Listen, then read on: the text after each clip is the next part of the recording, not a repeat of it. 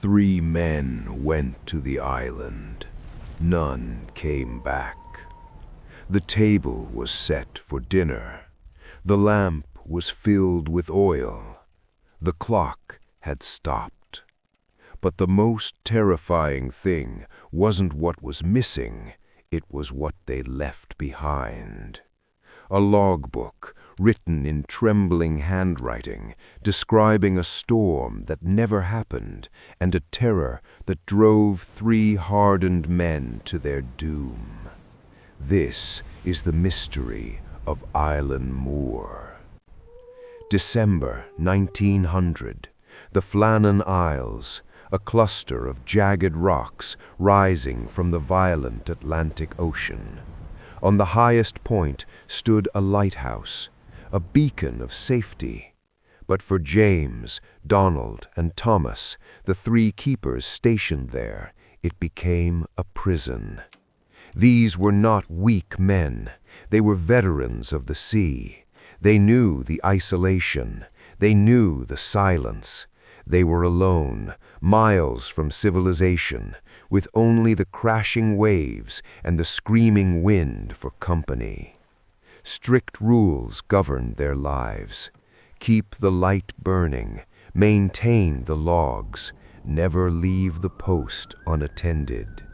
So when the relief ship, the Hesperus, arrived on Boxing Day and saw no flag on the pole, no smoke from the chimney, and received no signal from the lighthouse, the captain knew something was wrong.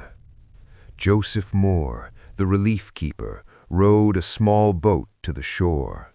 He walked up the steep, slippery stairs, calling out the names of his friends. James, Thomas, Donald. Silence, just the sound of seabirds echoing off the cliffs. He reached the lighthouse door. It was unlocked. Inside, the air was cold and stale. In the kitchen, a meal of meat and potatoes lay untouched on the table. A chair was overturned, as if someone had jumped up in a sudden panic. But there was no sign of a struggle, no blood, no bodies. Moore searched the entire tower. The lamps were trimmed and full of oil. The rain gear was missing. Where could 3 experienced men go in the middle of a winter storm? But the real horror began when Moore opened the logbook.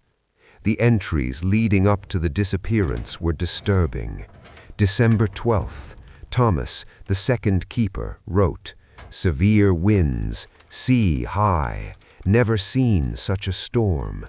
This was strange. The relief ship and nearby stations reported that the weather on December 12th was calm and clear. There was no storm.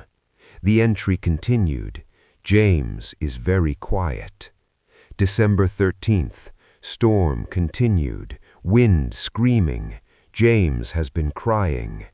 James was a veteran sailor, a man of iron. Why would a storm make him cry? December 14th, sea furious, we are praying.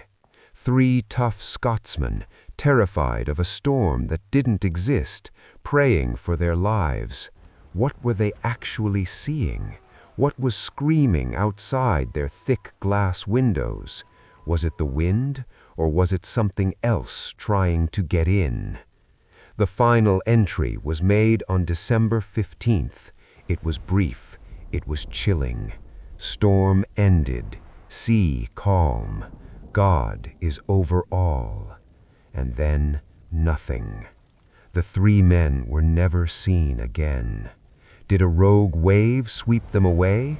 It's the official theory, but it doesn't explain the overturned chair.